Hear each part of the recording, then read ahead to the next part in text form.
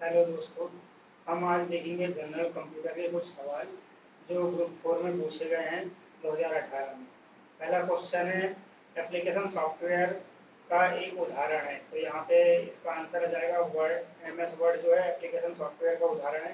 बाकी यहाँ पे जो कंट्रोल यूनिट दिया है, प्रोसेसिंग यूनिट दिया है, डाटा प्रोसेसिंग यूनिट दिया है, ये सीपीयू के अंतर्गत आते हैं। ठीक है।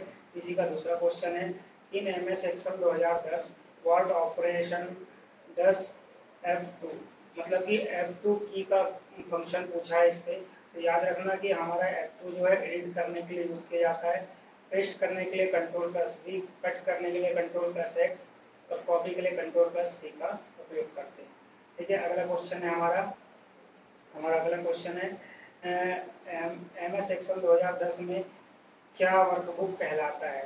तो वर्कबुक हमारे एक्सेल के अंतर्गत आती है। तो वर्कशीट्स का ग्रुप को ही हम क्या कहते हैं, वर्कबुक कहते हैं। ठीक है। इसी का अगला क्वेश्चन देखते हैं हम यहाँ पे। चलो अगला क्वेश्चन क्या है, पूछ रहा है एम एस एक्सेल 2010 में निम्नलिखित में से कौन सा फीचर आपको शीघ्रता से टेक्स्ट अथवा संख्याओं को दोहराने अथवा इसमें कुछ जोड़ने करने में मदद करता है। तो ऑटोफिल ऑप्शन जो होता है वो हमारे को किसी भी संख्या को फटाक से जोड़ने के लिए, दोहराने के लिए मदद करता है। ठीक है। उसके बाद में अगला क्वेश्चन है हमारा, in MS Excel 2007 date can be in the format of, मतलब कि एमएस एक्सेल 2007 में दिनांक निम्न प्रारूप में होती है। तो याद रखना हमारे को दिनांक किस प्रारूप में होती है। तो ये सारे ही प्रारूप दिए हुए रहते हैं, है ना।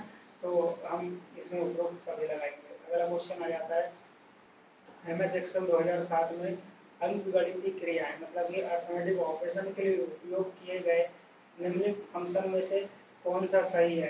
तो केवल औसत, केवल काउंट और केवल योग, तो ये सारे के सारे ही हमको अंकगणितीय क्रियाएं करने के लिए एक्सेल में जरूरत पड़ती है।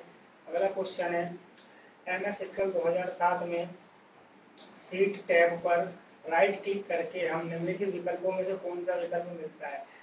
इंसर्ट, सेव, अंडो और प्रिंट। तो यहाँ पे याद रखना कि जो सीट में बहुत सारी रहती है उस पर राइट क्लिक करने पर हमको इंसर्ट का ऑप्शन आता है, जिससे हम सीट कॉलम रो को इंसर्ट कर सकते हैं।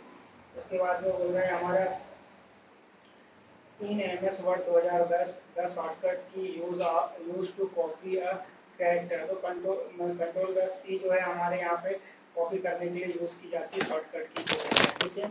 उसके बाद में हमारा अगला क्वेश्चन है हमारा, MS Word 2010 which of the following method is use to make subscript. Subscript को याद रखना नीचे की ओर लिखा जाता है, जैसे कि H2O जल लिखते हैं तो नीचे में जो 2 रहता है। तो याद रखना कंट्रोल प्लस इक्वल।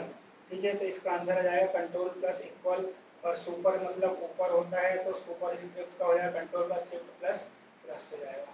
ठीक है। अगला क्वेश्चन देखते हैं, एमएस वर्ड 2010 में होम टैब में जस्टिफाई अलाइनमेंट द्वारा किस फंक्शन का संचालन होता है। तो जस्टिफाई बगराने के लिए यूज किया जाता है, याद रखना। तो इसका आंसर आ जाएगा, यह शब्दों के बीच में आवश्यकता अनुसार रिक्त स्थान जोड़कर बाएं और दाएं दोनों तरफ मार्जिन करके सेट को संरेखित कर देते हैं। मतलब कि कोई वर्ड लिखा हुआ है डॉक्यूमेंट, तो उसको पूरी लाइन पर फैलाने का काम कौन करेगा, जस्टिफाई करता है। ठीक है। उसके अलावा लेफ्ट अलाइन, राइट अलाइन और सेंटर अलाइन होते हैं, कुल 4 अलाइनमेंट होते हैं। उसके बाद में हमारा अगला क्वेश्चन है, एमएस वर्ड 2007 में होम टैब में निम्नलिखित में से कौन सा बटन शामिल है। तो याद रखना यहाँ पे बोल्ट जो होता है वो मतलब कि होम टैब के अंतर्गत आता है। बोल्ट, इटैलिक, अंडरलाइन, फॉन्ट, ठीक है, लैंग्वेज, ये सब होम टैब के अंतर्गत में आते हैं। इसके बाद में हम अगला देखते हैं, एमएस वर्ड 2007 की बात कर रहे हैं। एमएस वर्ड 2007 में टैब से रिबन तक पहुंचने के लिए, टैब से रिबन तक पहुंचने के लिए किस कीबोर्ड शॉर्टकट का उपयोग होता है। तो अल्ट की, देखो अल्ट की जो है ना उससे हम रिबन में पहुंच सकते हैं। जैसे कि अल्ट की दबाने के बाद हम जो लेटर आता है उसके सामने का अक्षर अंडरलाइन हो जाता है, उसको उस पर पहुंच जाते हैं। ये शॉर्टकट के लिए यूज किया जाता है एक प्रकार से। अगला क्वेश्चन है, in MS Word 2007 which of the following icon is used to save a file in different format. किसी भी फाइल को दूसरे फॉर्मेट में, है ना, 2007 में एक फाइल को अलग फॉर्मेट में सेव करने के लिए हम किस आइकन का प्रयोग करेंगे? तो सेव एज का प्रयोग करेंगे, क्योंकि जैसे कोई फाइल पहले से बनी हुई है और उसको फिर से सेव करना है, तो उसके लिए भी सेव एज का यूज करते हैं, क्योंकि पहली बार में सेव करते हैं किसी फाइल को, तो उसके लिए कंट्रोल प्लस एस का यूज करते हैं। अगला है रीड ओनली मेमोरी, है ना, इसका फुल फॉर्म, अच्छा फुल फॉर्म ने पूछा है कि क्या चीज है, तो रीड ओनली मेमोरी एक स्थायी मेमोरी होती है, ठीक है, परमानेंट बोल सकते हैं इसको, है ना। ROM, ओ जो है ना, ओ वाली परमानेंट होती है और RAM ए वाली टेम्पररी होती है, ठीक है। उसके बाद में अगला क्वेश्चन है, chip is a common nickname for मतलब चिप का कॉमन नाम क्या है? तो हम आईसी बोलते हैं ना, इंटीग्रेटेड सर्किट या आईसी चिप, तो याद रखना इसको एकीकृत परिपथ हिंदी में बोलते हैं आईसी चिप, इसी को चिप बोला जाता है।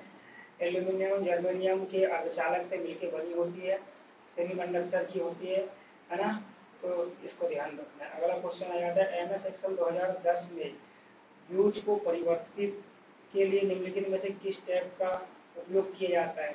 तो व्यू मतलब होता है किसी चीज का दिखाई देना, वो कैसे दिखाई देगी, और व्यू को अगर हमको बदलना है तो हम उसके लिए कौन सा यूज करेंगे? तो व्यू को परिवर्तित करने के लिए व्यू टेक्स्ट में ही जाना पड़ेगा हमको, ठीक है। उसके बाद में एक क्वेश्चन जिसको हटा दिया गया था, प्रश्न पढ़ लेते हैं।